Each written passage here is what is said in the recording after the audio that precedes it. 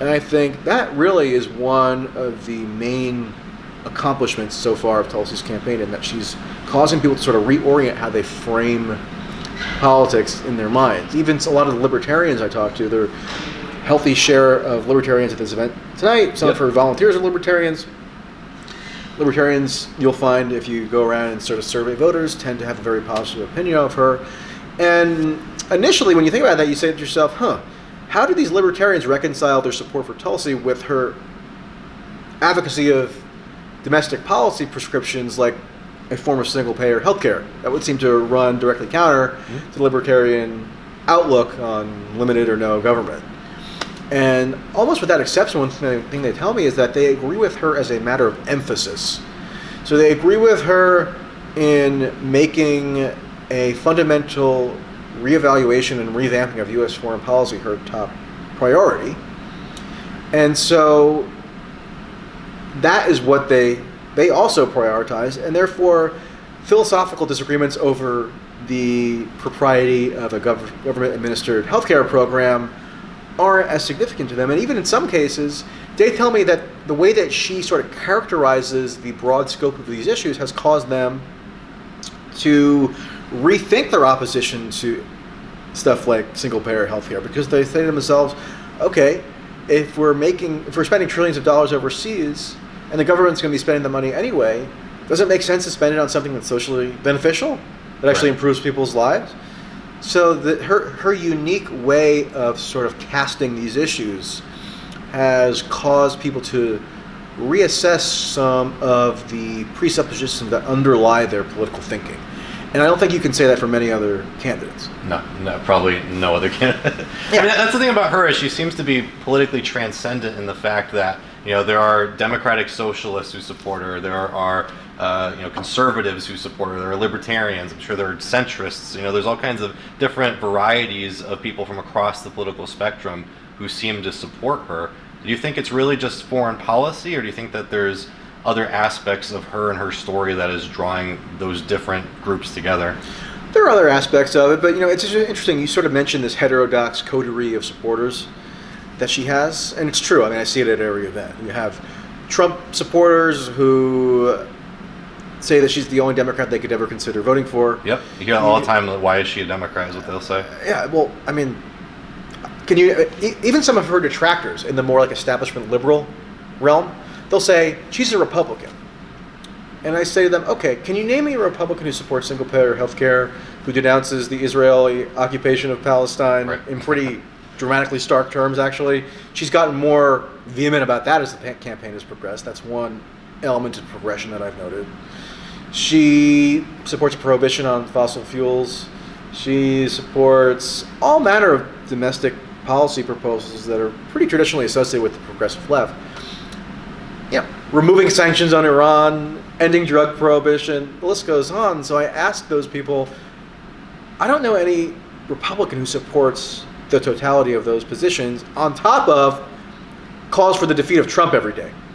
Like, name me a Republican who's calling for the defeat of Trump and has those positions. They don't exist. Right. So if you're calling a Republican, you're just being either intentionally obfuscatory or you're being lazy.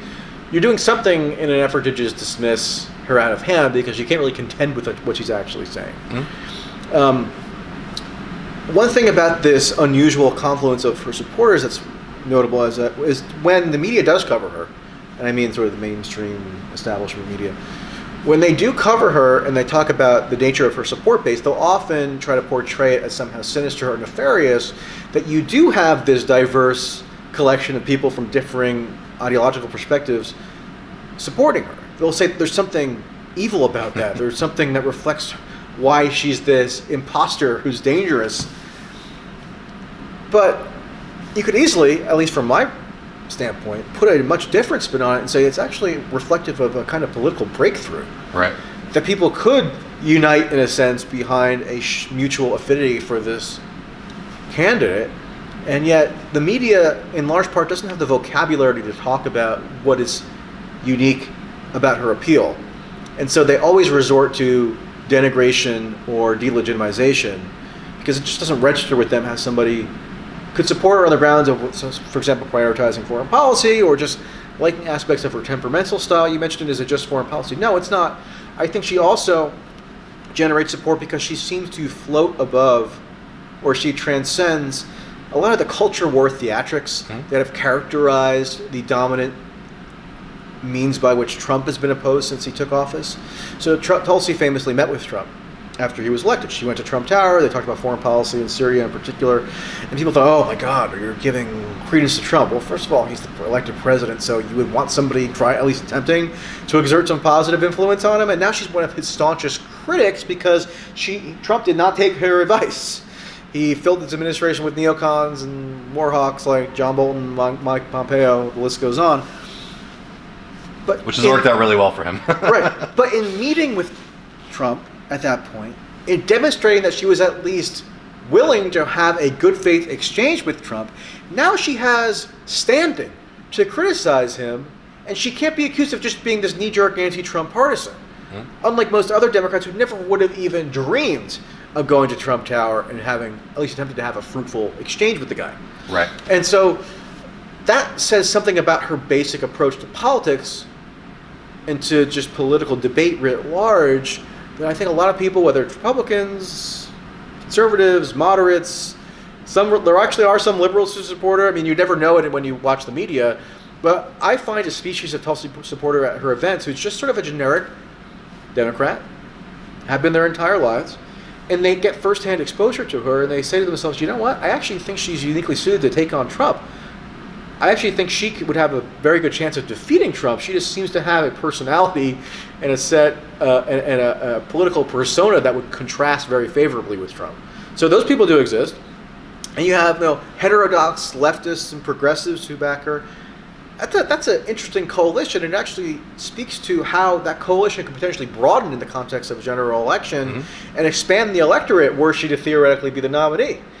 And so I think people like that she doesn't indulge in these cheap anti-Trump histrionics. Her criticisms of Trump are targeted and substantive, and therefore more effective than your standard fare Democrat who's just willing to say that the latest thing that Trump tweeted is like the end of the world and democracy is going to crumble. Like, she doesn't really resort to that kind of cheap rhetoric. And so people like that.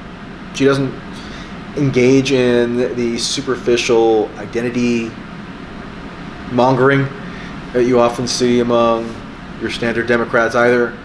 And so if her entire mode of political being is divergent with the prevailing modes of political being, at least as you see them expressed by mostly Democrats, that's going to attract a lot of people's interest. And it's going to make them say, oh, maybe there is sort of a different model available to us here that she embodies.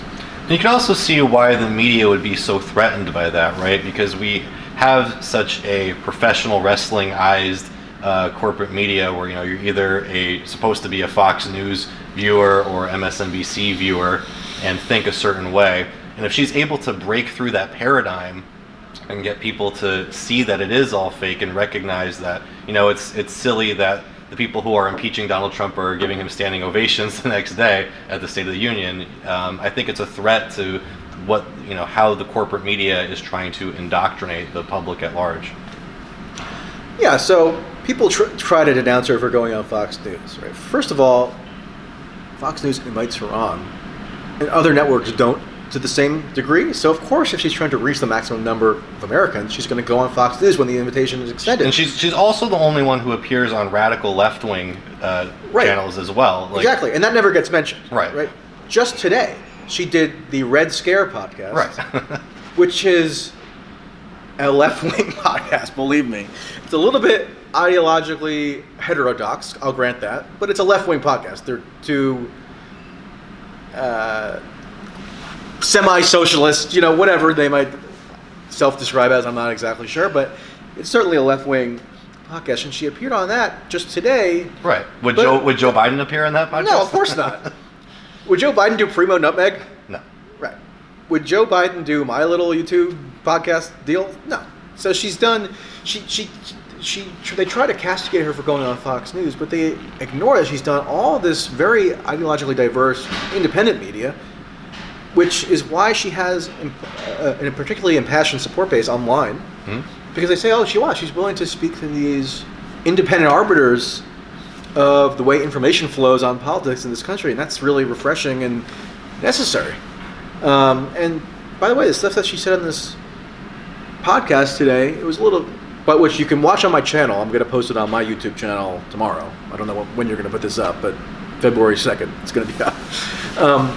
But this thing, obviously, it's a little bit of different format than when you're on Fox News and you're speaking in like 2-minute increments.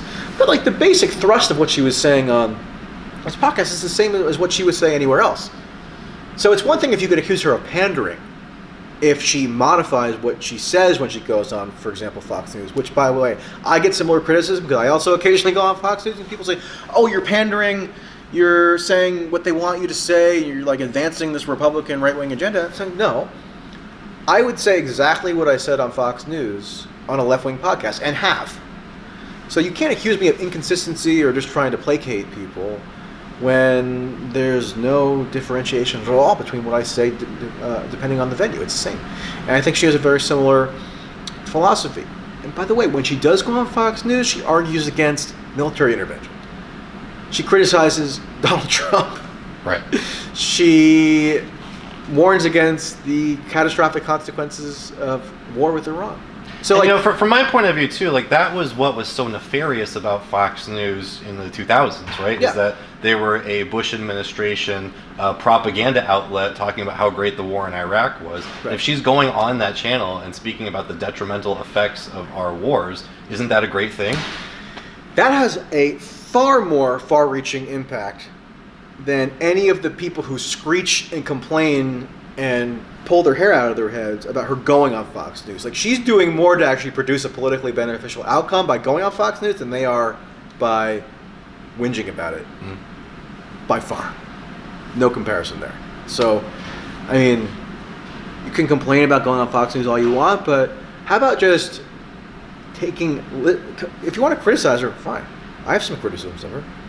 But I'm going to criticize her for the things that she says rather than for the venue in which she says them.